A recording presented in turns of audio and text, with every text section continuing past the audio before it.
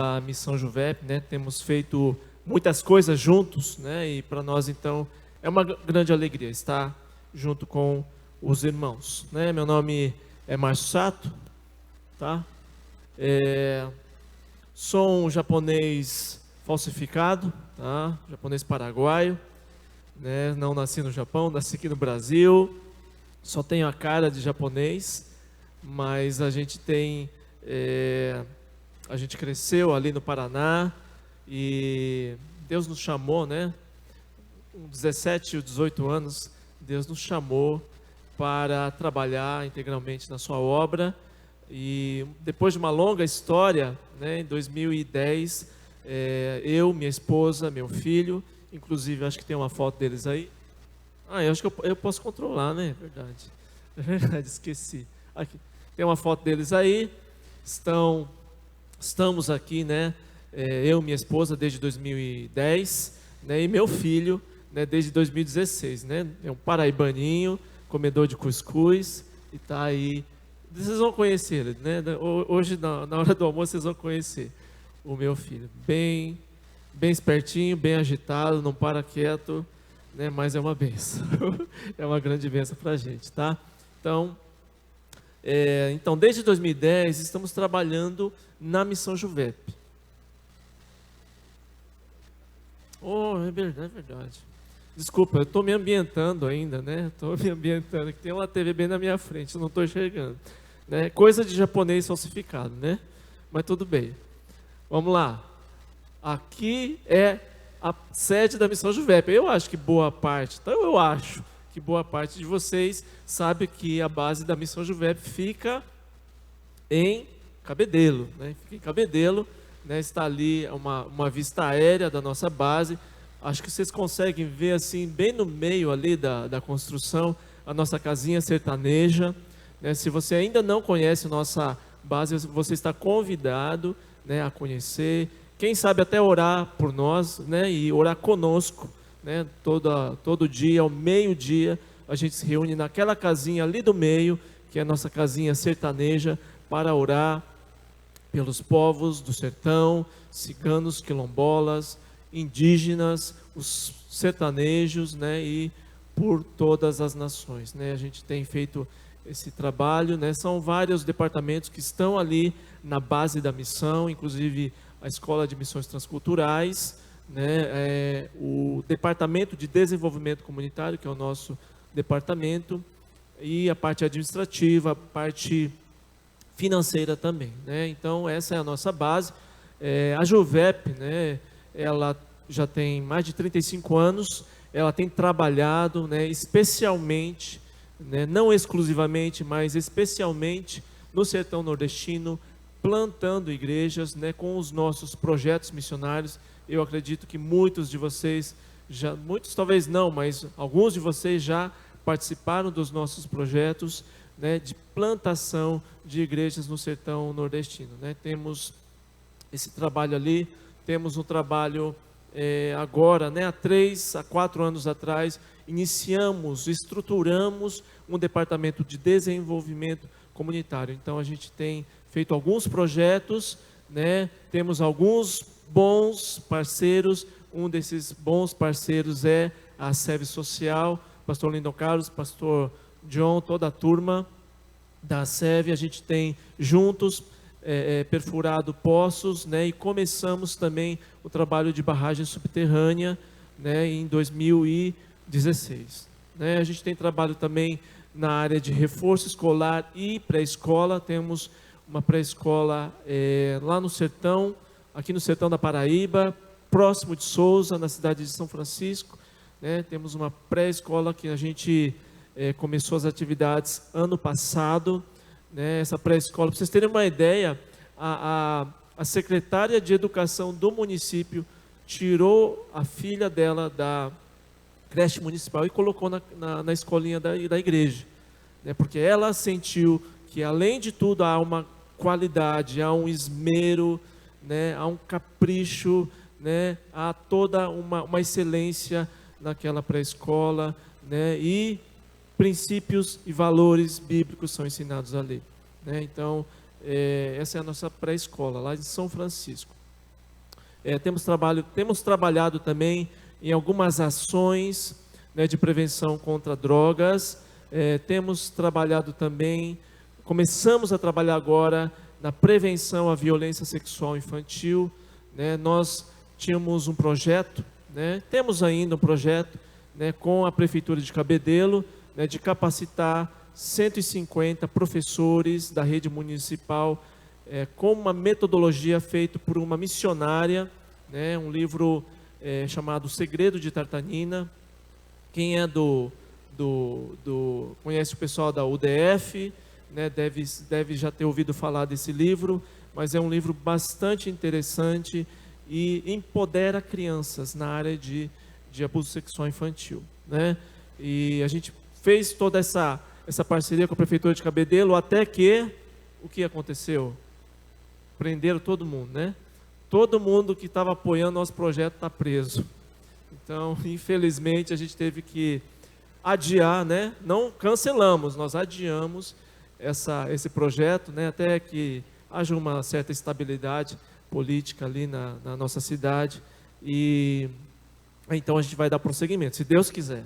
Se Deus quiser, né? E ao mesmo tempo a gente vai aproveitar a presença da missionária, que estará capacitando esses professores para conscientizar e capacitar as igrejas também, né? Então vamos estender o convite para todas as igrejas de Cabedelo e João Pessoa, e desde já a igreja que está convidada, né, para juntos trabalharmos na prevenção à violência sexual infantil. Há muita coisa a se fazer, né? Há muito trabalho para se fazer no reino de Deus. Muito bem.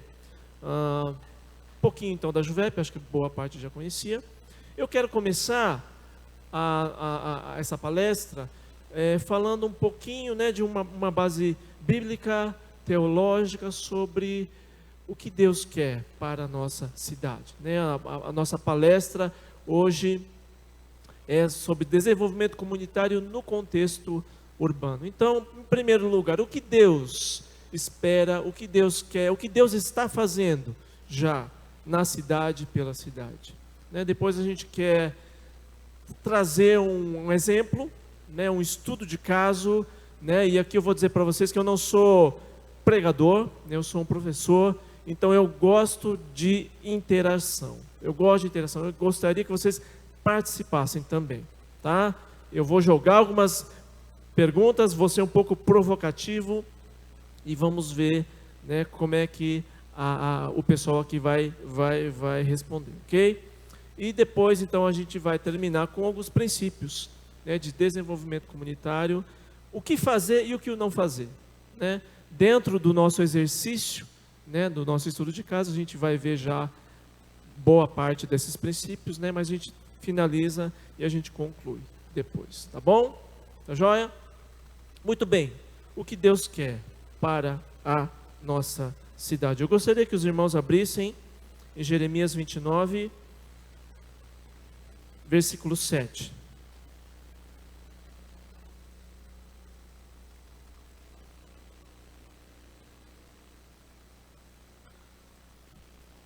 Jeremias 29, versículo 7 diz assim, inclusive está aqui, né?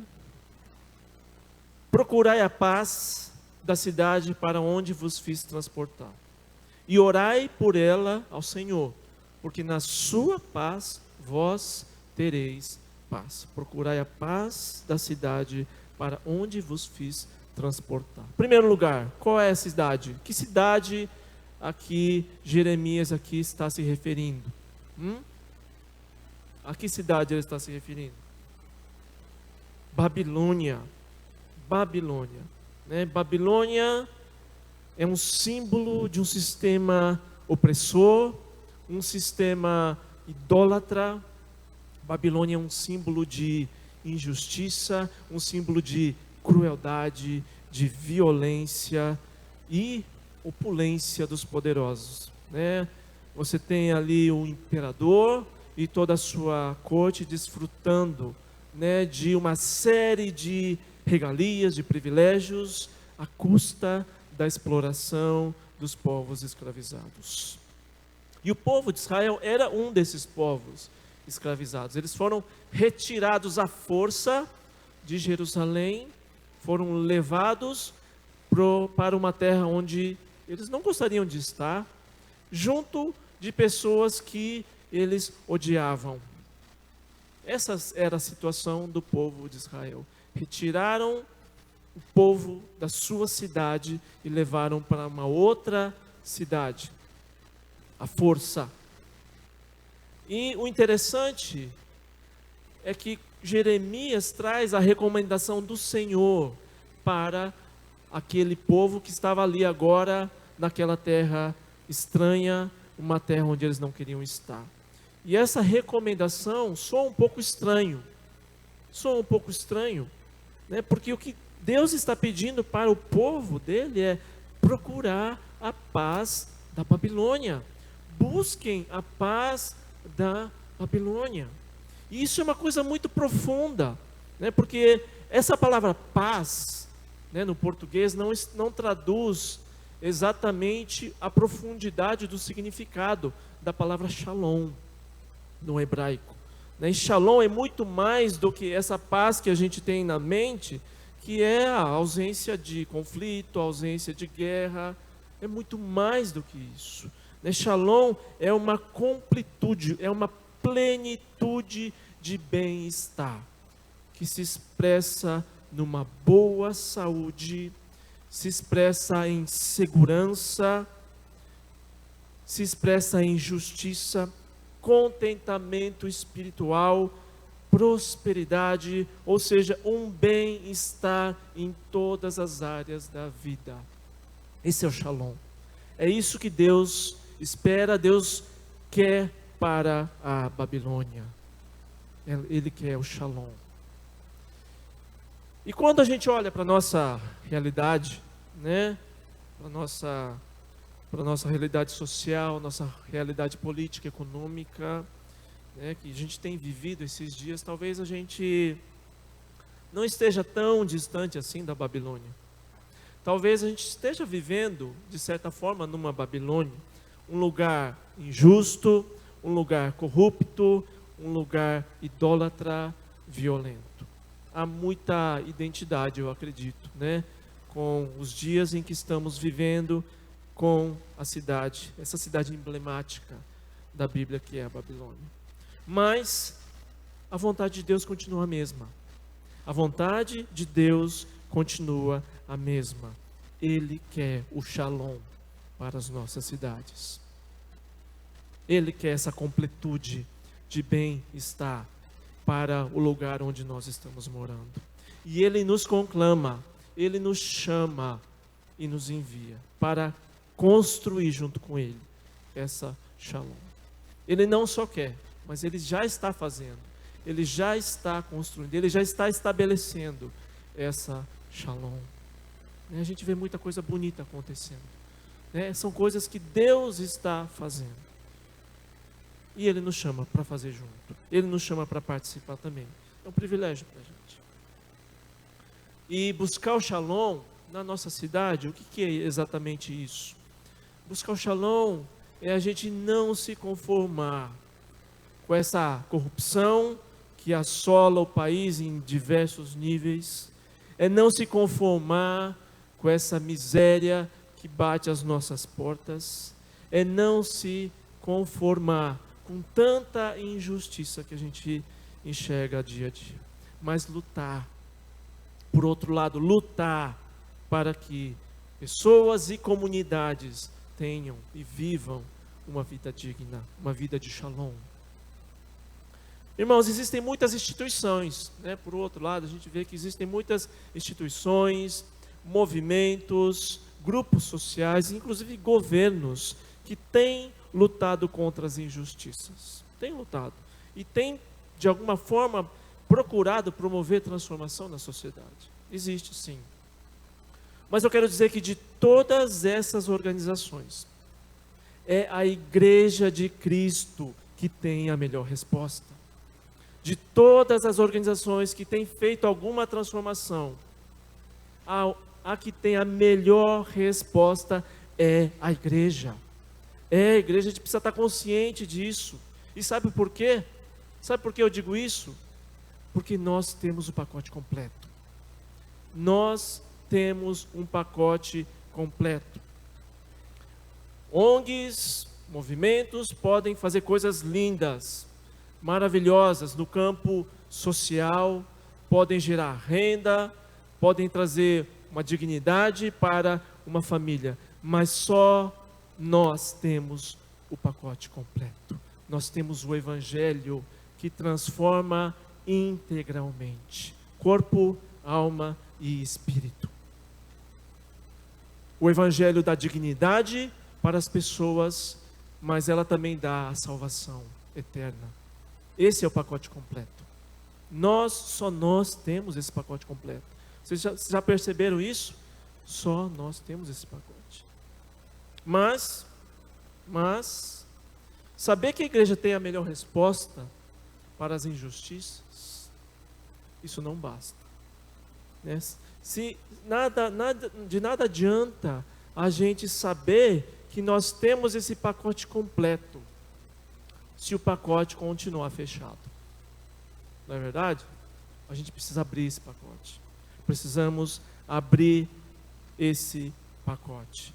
Nós temos uma palavra, a palavra de Deus, que é referência para tudo que é justo, para tudo que é bom, para tudo que é digno.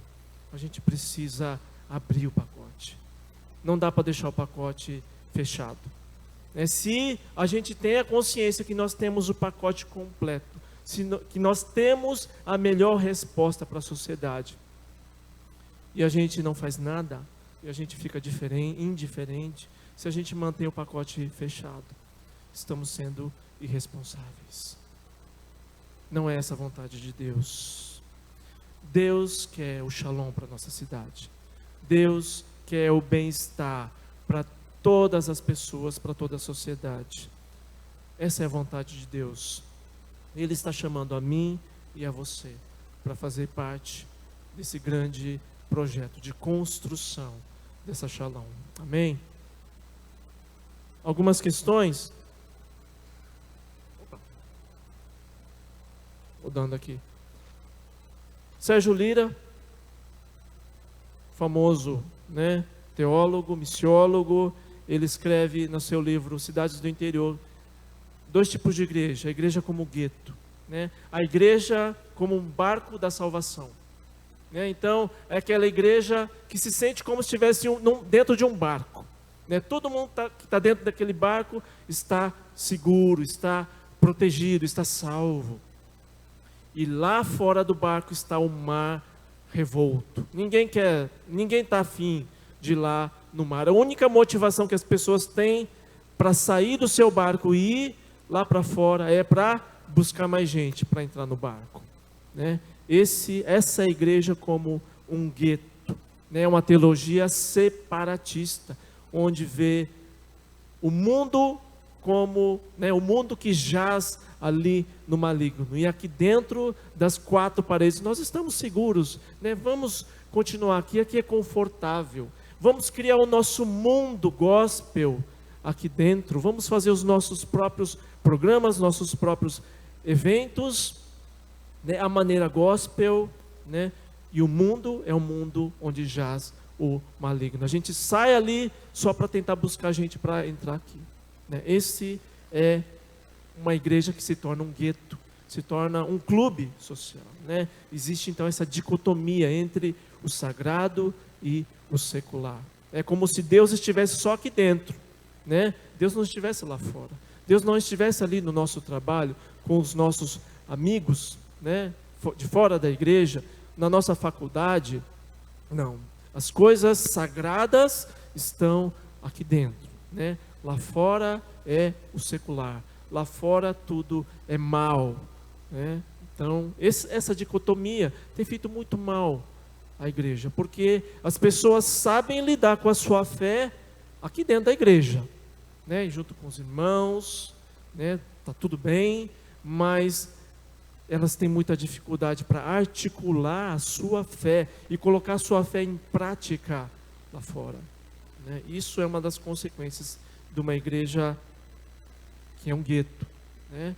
Por outro lado, existe a igreja peregrina, a igreja do já e do ainda não, aquela igreja que sabe que o reino de Deus já se estabeleceu, já iniciou esse processo com a vinda de Jesus. Mas ainda esse reino será completamente estabelecido quando Jesus voltar novamente. E nesse meio do caminho nós participamos, né, da construção, né, na sinalização desse reino, da busca desse shalom, né? É uma igreja que chora, que lamenta pela cidade, assim como Jesus lamentou, né, em relação a Jerusalém. A igreja peregrina, ela lamenta, ela chora, ela se empatiza com as dores e com o choro da cidade. Ela não assimila as estruturas, ou seja, ela não é influenciada pelas coisas e pelas estruturas da cidade, mas ela influencia e ela transforma no poder do Espírito Santo. Ela é querigmática, ou seja, ela proclama o Evangelho, ela proclama essa palavra, ela anuncia o Evangelho que salva, que cura, que restaura, que perdoa dos pecados. Ela é diaconal, ela serve a comunidade. Ela é martírica, ela dá testemunho, e ela é coinônica, ela busca esse relacionamento de comunhão. Muito bem, somos convocados, somos chamados para participar da Shalom que Deus está construindo nas nossas cidades. Mas como que a gente se envolve? Como é que a gente se envolve? O texto de João, para mim, é um texto bastante significativo e elucida, nos dá dicas, pistas em relação a esse como nos envolver. O texto de João diz assim: assim como o Pai me enviou, eu vos envio. Essa é a chamada missionária de João, A chamada missionária de João é esse versículo aí. Assim como o Pai me enviou, eu vos envio. John Stott, ele escreve o seguinte sobre essa passagem: nessas duas sentenças, Jesus faz mais do que traçar um paralelo vago entre a nossa missão, entre a sua missão e a nossa. Precisa e deliberadamente ele fez de sua missão um modelo para a nossa. Jesus é o nosso modelo de prática missionária na cidade. Se a gente quer saber como é que a gente vai se envolver com a cidade, como é que a gente vai desenvolver a nossa prática missionária na cidade, vamos olhar para Jesus. É fácil. Vamos olhar para Jesus. Como é que ele fez? Como Jesus fez? Entre dezenas e dezenas de passagens que a gente pode citar, eu queria destacar só duas. Mateus 9,35. Tá certo ali? Tá. Jesus ia passando por todas as cidades e povoados, ensinando nas sinagogas, pregando as boas novas do reino e curando todas as enfermidades e doenças. Jesus, ele tinha o pacote completo, e ele abriu o pacote. Ele buscou as pessoas e supriu suas necessidades, tanto físicas como emocionais, relacionais e espirituais. Jesus, ele desenvolveu um ministério integral dentro das cidades, dentro dos povoados. Outro texto que eu acho bastante interessante é um texto que não é Jesus quem fala, mas são os discípulos de Jesus, testemunhas oculares do que Jesus fez durante todo o seu ministério. São os discípulos que estavam caminhando ali para Emaús, e naquela conversa com Jesus ressuscitado, e eles não sabiam que aquele que estava do lado era Jesus ressuscitado. Eles, em um momento, eles descreveram em 2 linhas, em poucas palavras, como foi o ministério de Jesus. E eles escreveram assim: o Nazareno, que foi profeta, poderoso em obras e palavras, diante de Deus e perante todo o povo. Jesus era poderoso em palavras, anunciando o Evangelho, anunciando o reino de Deus, anunciando o perdão dos pecados, e poderoso também em obras, buscando as pessoas e suprindo as pessoas nas suas necessidades específicas. Ele alimentou, ele curou, ele expulsou demônios, ele fez inclusão social diversas vezes. Jesus, ele tinha o pacote completo. E só para finalizar essa parte mais teológica e bíblica, como é que a gente se envolve? Jesus, além, né, de na prática, na sua prática missionária, mostrar, abrir o pacote completo, ele também nos deixou duas grandes coisas, né? Uma grande comissão, e quando a gente fala de um trabalho missionário, a gente sempre vai lembrar da grande comissão e pregar o evangelho, né, a toda criatura, fazer discípulos de todas as nações. Mas ele também deixou um grande mandamento. Ele deixou um grande mandamento: amar a Deus e amar o nosso próximo. John Stott, ele escreve que a grande comissão não explica, não esgota, nem suplanta o grande mandamento. O que ele faz é acrescentar ao requerimento de amor e serviço uma nova e urgente dimensão cristã. Irmãos, hoje há uma certa discussão, né? Não sei se vocês percebem se isso é realidade aqui, mas há uma certa discussão sobre o nosso envolvimento com a sociedade. Como é que a igreja deve se envolver? Nossa tarefa é pregar o evangelho e só pregar o evangelho, ou a gente também deve se envolver com as outras questões sociais, com as questões de injustiça, com pobreza, com miséria, com violência? Afinal de contas, qual o papel da igreja? Existe essa discussão, né, nas igrejas hoje, né? E eu quero dizer para vocês, a grande comissão, que é pregar o evangelho, e o grande mandamento, amar o nosso próximo, elas não são concorrentes, elas não são mutuamente exclusivas. Não, se tem um, tem que deixar o outro de lado, se tem o outro, você tem que deixar esse aqui de lado. As duas coisas caminham juntas, são parceiras, elas estão juntas, né? Quando a gente proclama o evangelho, a proclamação do evangelho, o anúncio do evangelho, nada mais é do que um ato de amor.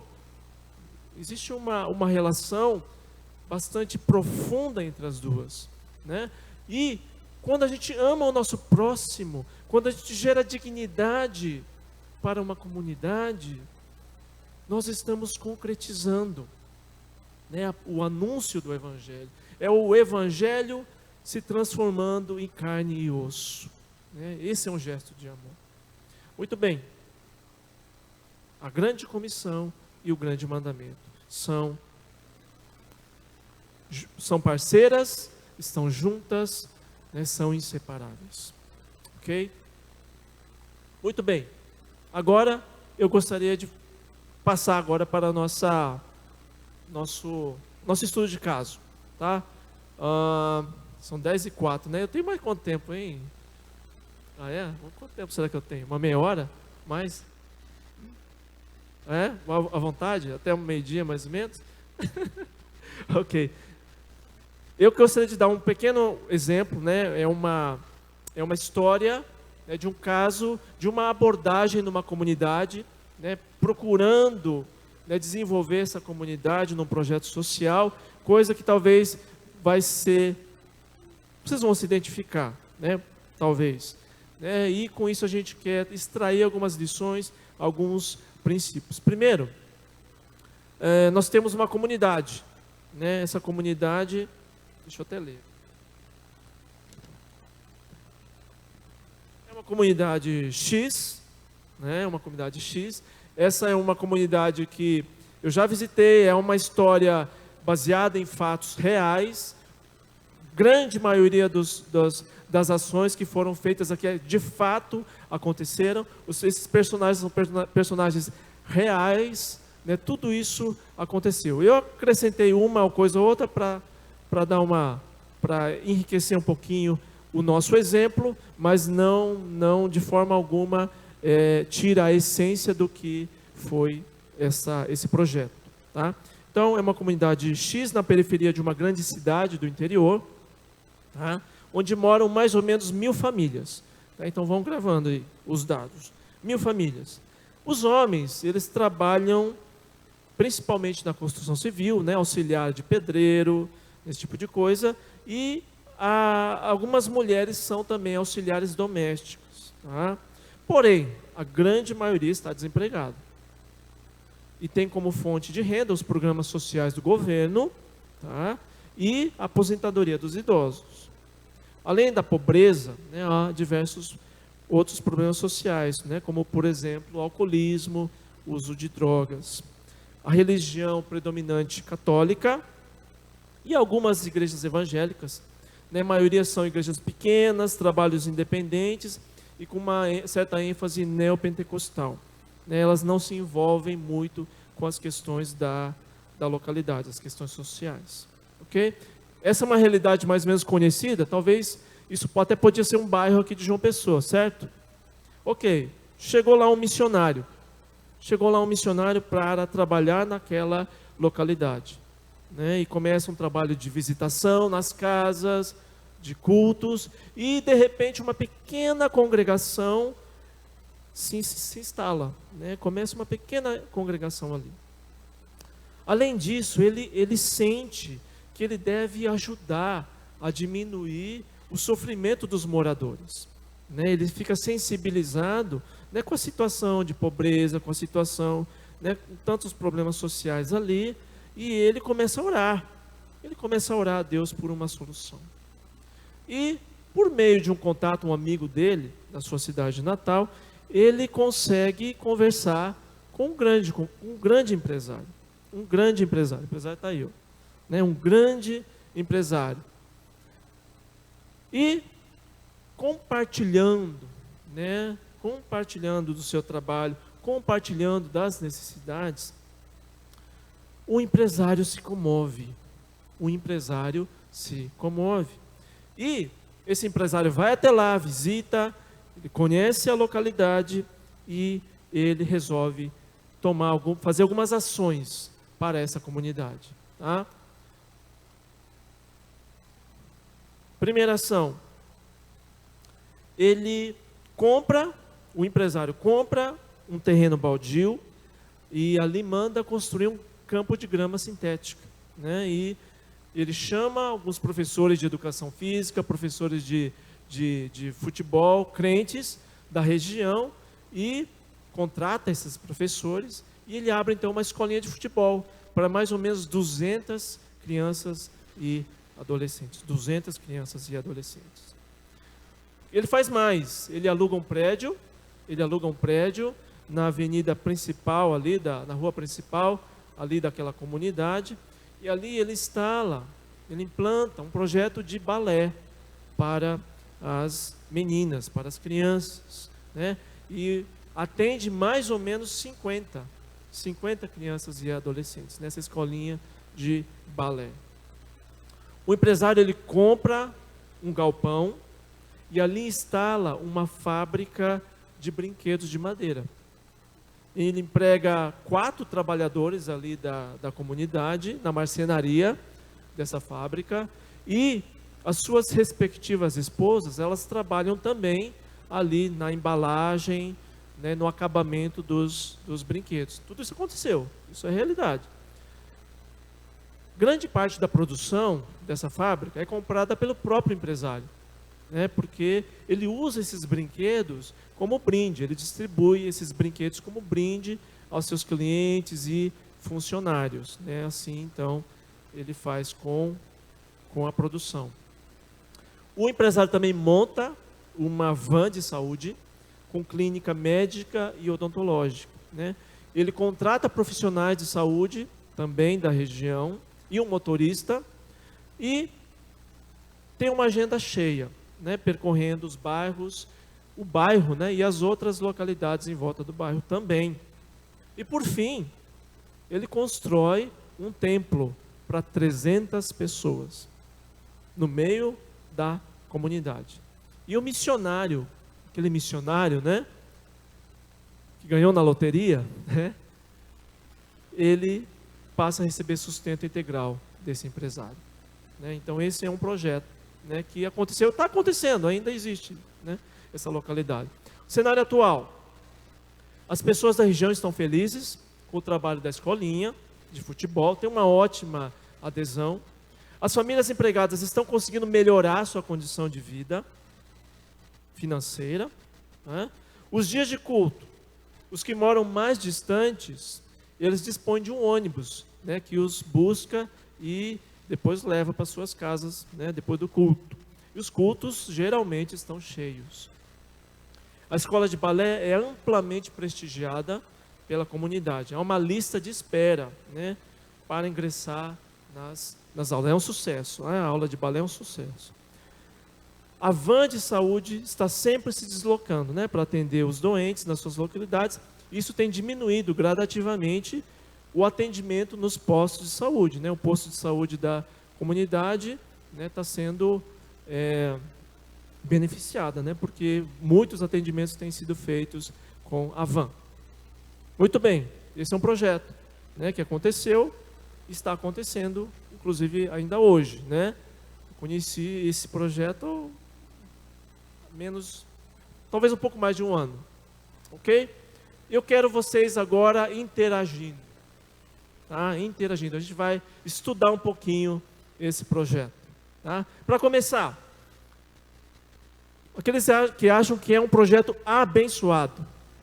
Abençoado. Por favor, levanta a mão. Um projeto abençoado. Ok. Quem acha que é um projeto com sérios problemas? Levanta a mão. Vai ser boa a discussão, então. Ok, muito bem. Agora eu quero a interação de vocês. Tá. Que coisas boas vocês têm enxergado nesse projeto? Algumas coisas boas. Vamos levantar coisas boas que vocês veem nesse projeto. Vamos lá. Participações rápidas e objetivas. Tem uma pedindo ali, outra lá no final. Se tiver mais um microfone, talvez fica mais fácil, né? Aí fica com cada um no corredor, agiliza um pouquinho mais. Foi a escola de balé, né? Aí o campinho, né? Que ocupa as crianças para não fazer o que não deve, né? E a van, né? Que conduz as pessoas para o tratamento melhor, né? Ok, então ela enxergou, né? A escolinha de balé, né? Que está sendo um sucesso. Mudança e a questão completa de vida. Oi?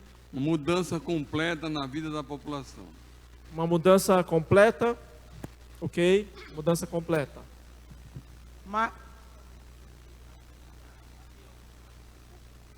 Tá, aqui na frente falou assim, é uma igreja envolvida com a comunidade. Mais oportunidade de falar de Jesus para as pessoas. Existe mais oportunidade de falar de Jesus para as pessoas, é verdade, isso é uma coisa boa. Como ele ganhou na loteria, ele... Gerou empregos assim. para a comunidade. Gerou empregos ali. Já o outro microfone lá. Foi um dinheiro de loteria. Liberou aí, Esteves, esse? Pode falar. Tá ligado esse. Ele está empregando pessoas da comunidade, ok? Ele disse que está ligado. Quem mais?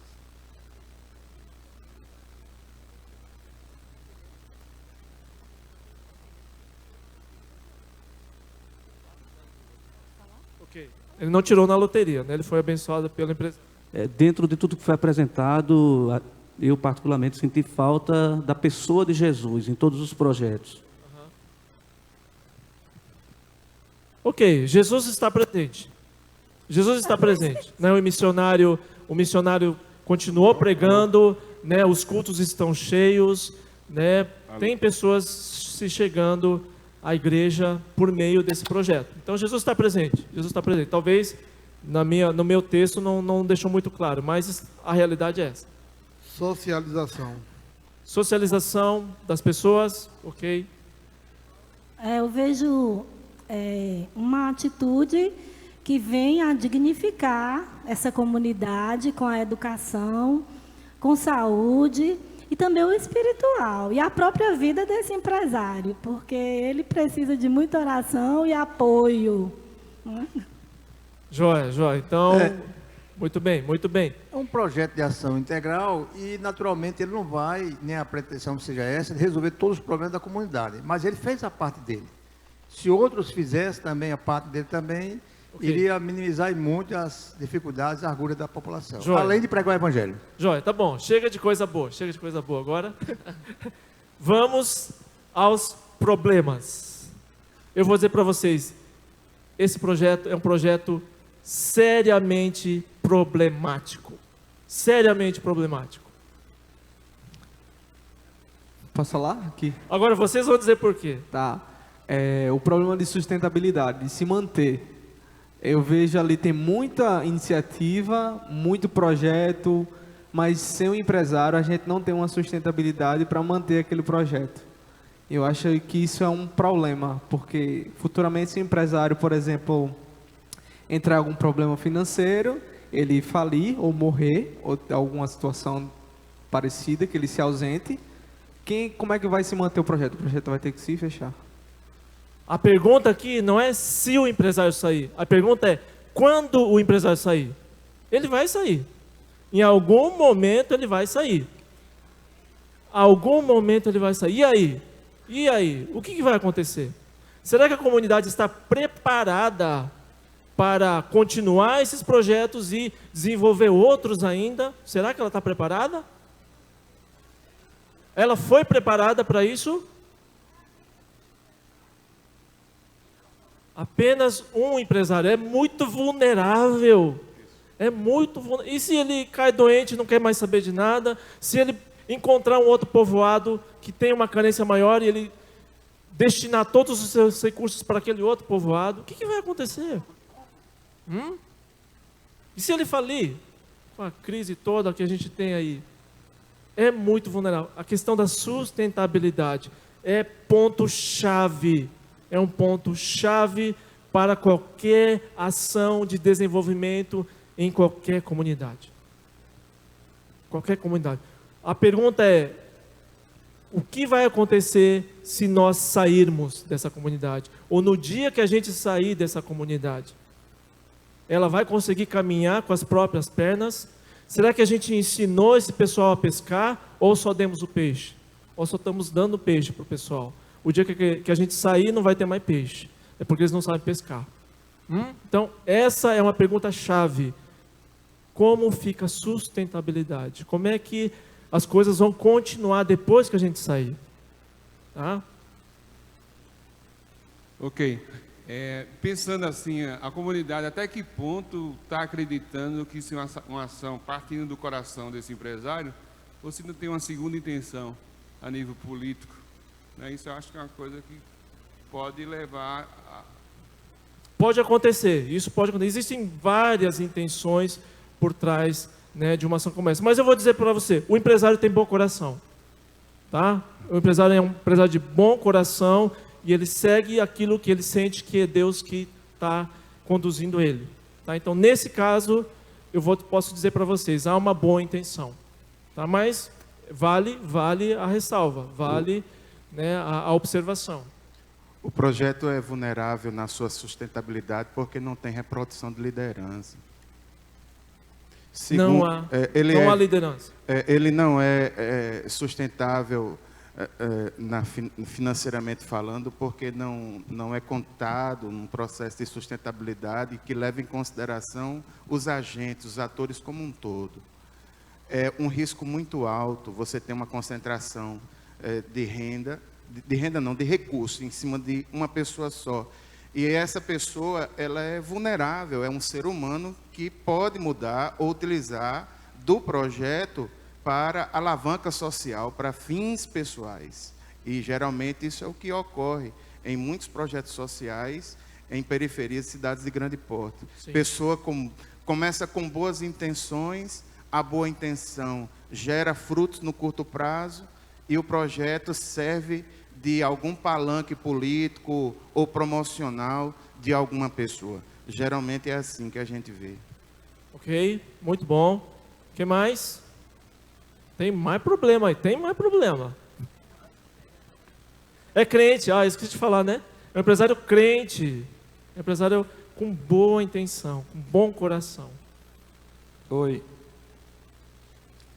Posso? Primeiro é que esse projeto trouxe esperança à comunidade, isso é fato, né? E, logicamente, como tem o apoio do missionário, essa esperança, lógico que vem com a palavra e é fundamentado dentro da palavra de Deus.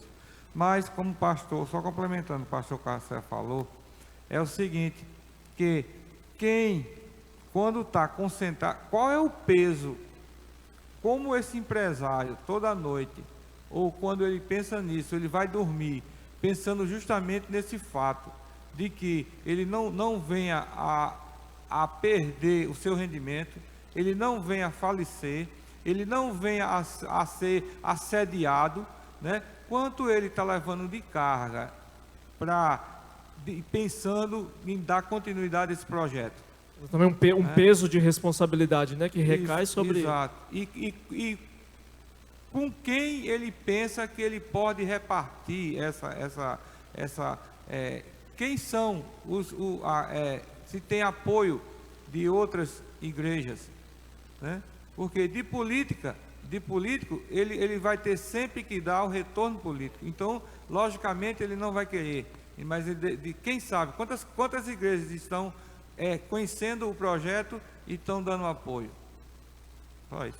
Ok, então a questão do peso, ele está sozinho nessa, né? Ele está sozinho nessa, um peso de responsabilidade muito grande para gerir, para, né, fazer a gestão de todas essas ações. E eu vou perguntar para vocês agora, qual seria o melhor parceiro desse empresário?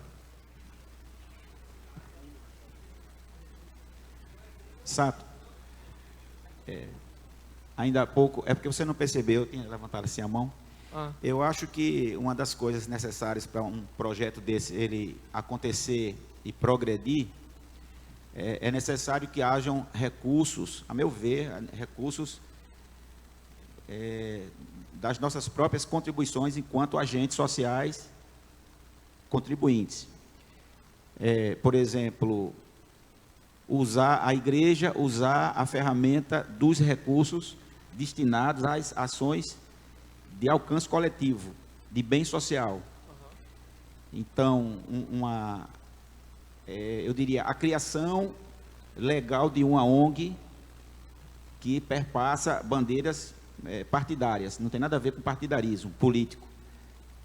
E aí, essa construção dessa consciência seria uma forma de fazer com que a gente pudesse quebrar um pouco a questão da falta de sustentabilidade, combater esse viés aí. Criar uma ONG dentro da própria comunidade. Uma ONG dentro da própria comunidade. Tá, mas eu vou voltar para a pergunta.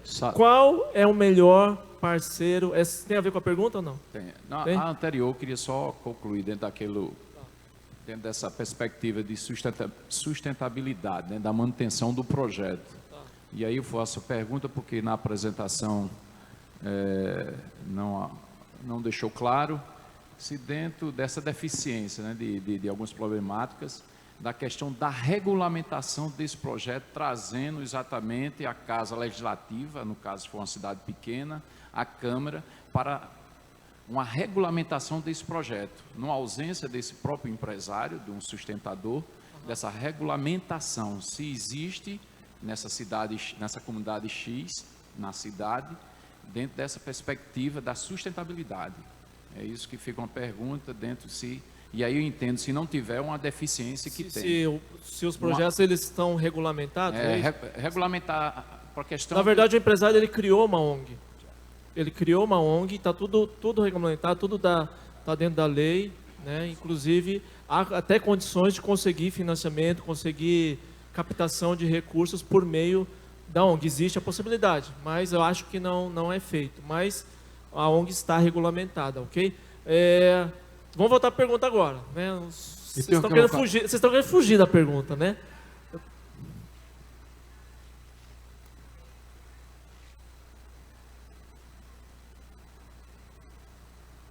Tá, quem é o melhor parceiro desse empresário? A própria comunidade. A própria comunidade. Vocês percebem que, no nosso exemplo, o empresário faz isso, o empresário fez aquilo, ele fez tudo. Ele fez tudo. Em que momento ele escutou a comunidade?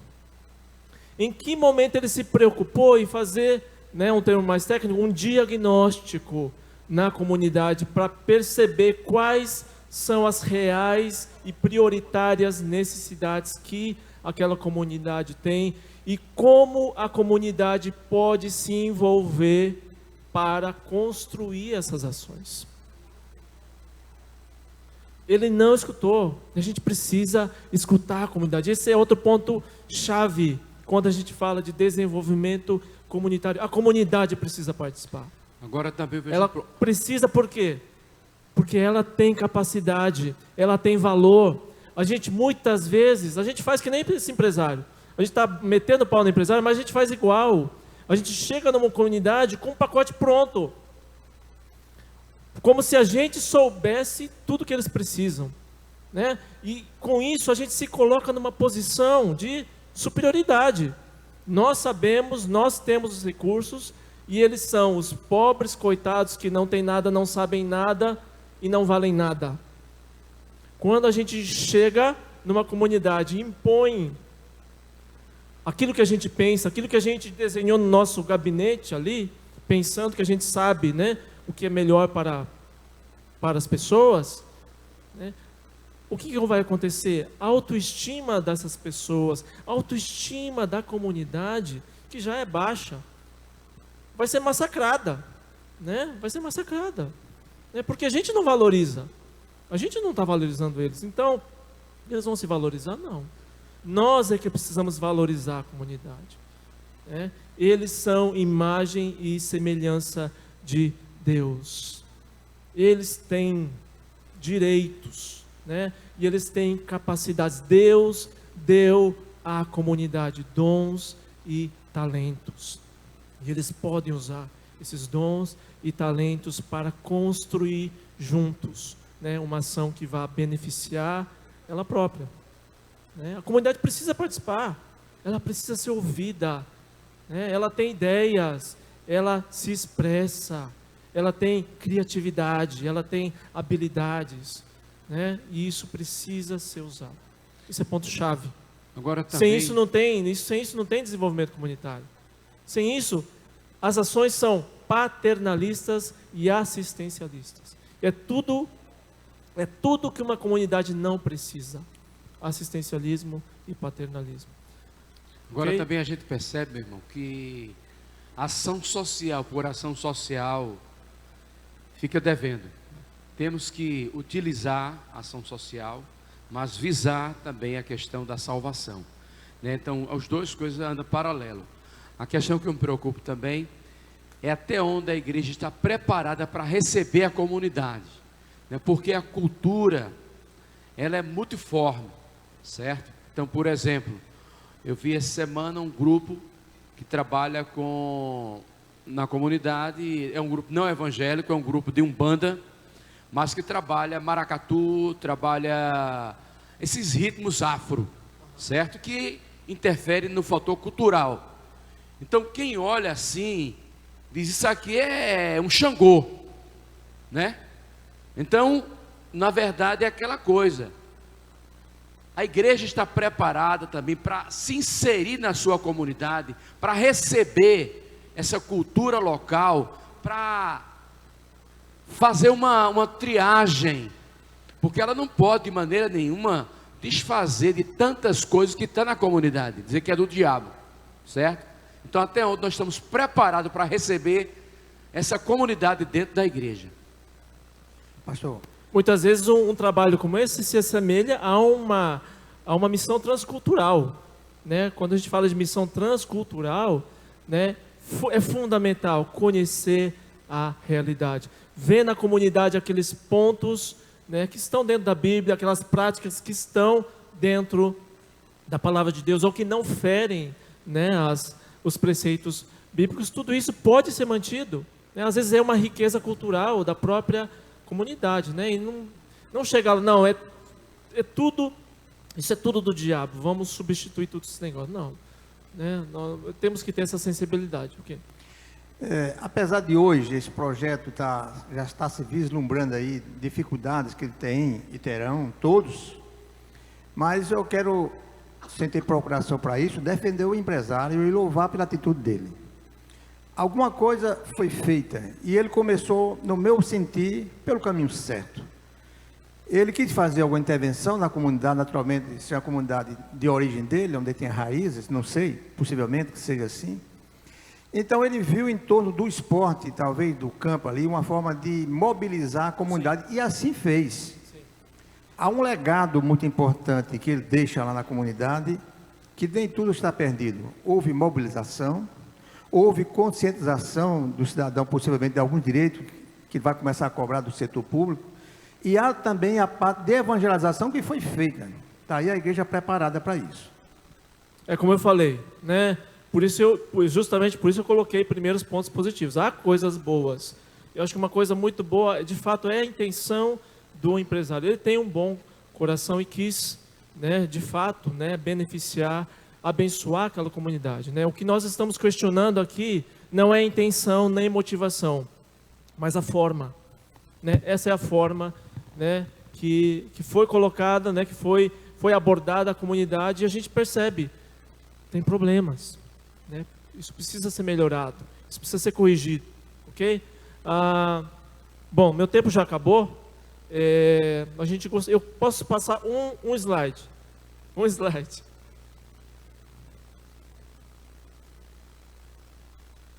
Ok. Então, o que não fazer? Né? Pensar e agir como se fôssemos os salvadores da pátria. É isso que a gente quer ressaltar. A gente não está aqui ali para impor o nosso pacote, aquilo que a gente escreveu no nosso gabinete. A gente não é o salvador da pátria. Né? Nós não sabemos de tudo. Né? Não somos Deus, né, para saber o que é bom e o que não é bom para a comunidade. Ela sabe. Ela precisa participar. Reafirmar a crença que o pobre não tem nada, não sabe nada e não pode nada. Né? Nossas comunidades são feitas de pessoas que têm valor, que têm dons, que têm talentos e são preciosos aos olhos de Deus. Precisamos valorizar as comunidades, as pessoas. Responder a pedidos que não foram feitos. Às vezes a gente leva o nosso pacote sem saber se é de fato aquilo que elas precisam. Precisamos escutar a comunidade, escutar, né, ouvir, sentir delas, né, o que é prioritário para elas, o que elas precisam. Usar ajuda como isca. Né, acho que foi falado isso com o pastor John, acho que não vou nem estender muito, o pastor John já falou isso. Né, e permanecer no assistencialismo, não podemos permanecer no assistencialismo. Se o teu sopão está completando 10 anos de aniversário, eu vou dizer, tem problema aí. O assistencialismo, às vezes, é necessário, mas precisa ser temporário. Vamos trabalhar com ações que de fato vão desenvolver aquela comunidade. Amém? Muito obrigado pela oportunidade de falar. Mais à tarde a gente conversa um pouco mais, né?